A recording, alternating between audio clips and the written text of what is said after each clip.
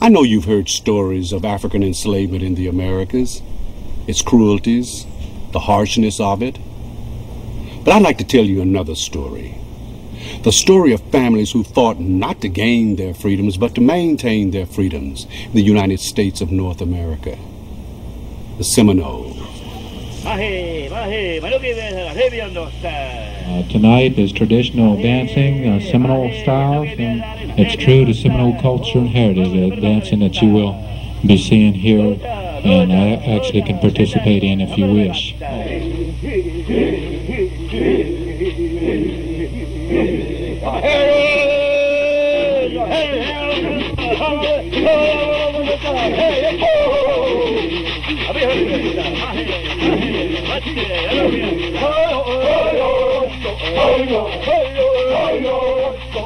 My favorite definition of history is the story written by the winners.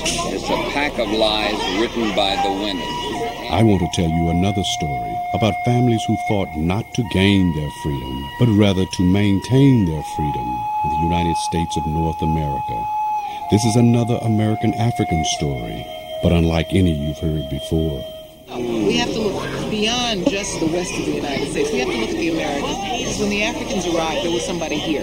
Indigenous people were incorporated into the religions of the Africans who arrived.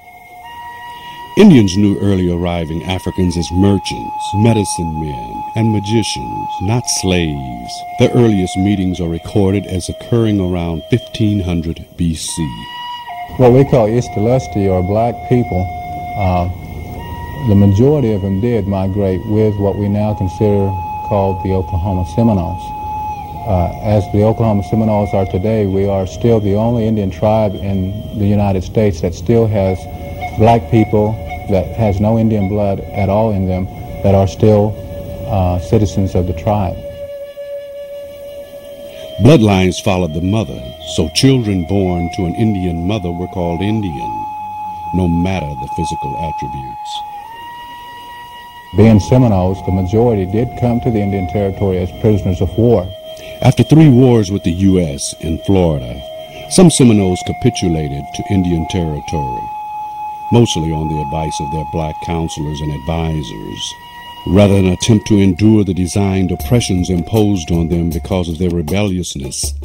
Thousands of Seminoles escaped Indian Territory, running north to Kansas, west into the desert lands and other Indian nations there, and south into Mexico. Those in Mexico became a military colony protecting Mexico's northern border along the Rio Bravo. The Mexicans called their black Indian mercenaries Muskoga. The first Muskoga Seminole Indian scouts enrolled at Fort Duncan on promises of regular Army pay and land to call their home. Living in squalor 4 years later, no land, they were challenged by the law when they wouldn't tolerate the insults from the white populace they were protecting. In 1874, Muskoga Private Adam Payne won the Congressional Medal of Honor in battle at Paladuro Canyon in North Texas. In 1875, Muskoga's John Ward, Isaac Payne, and Pompey Factor won Congressional Medals of Honor at Seminole Canyon in a battle with 70 Comanche they had trailed for weeks.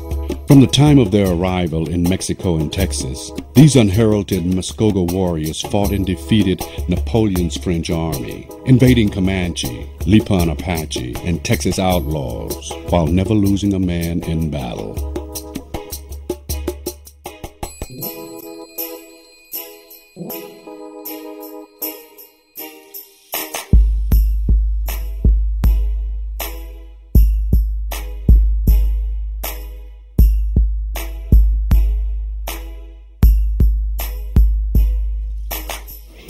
When we were in Florida, we were black Seminoles. When we went to Oklahoma, we were still black Seminoles. When we left Oklahoma and went to Mexico, we were still black Seminoles. What does African American include? There are many varieties of African Americans, so many people that don't fit into one particular category. Within the history of the American native is found the missing link in black history and genealogy: Seminoles.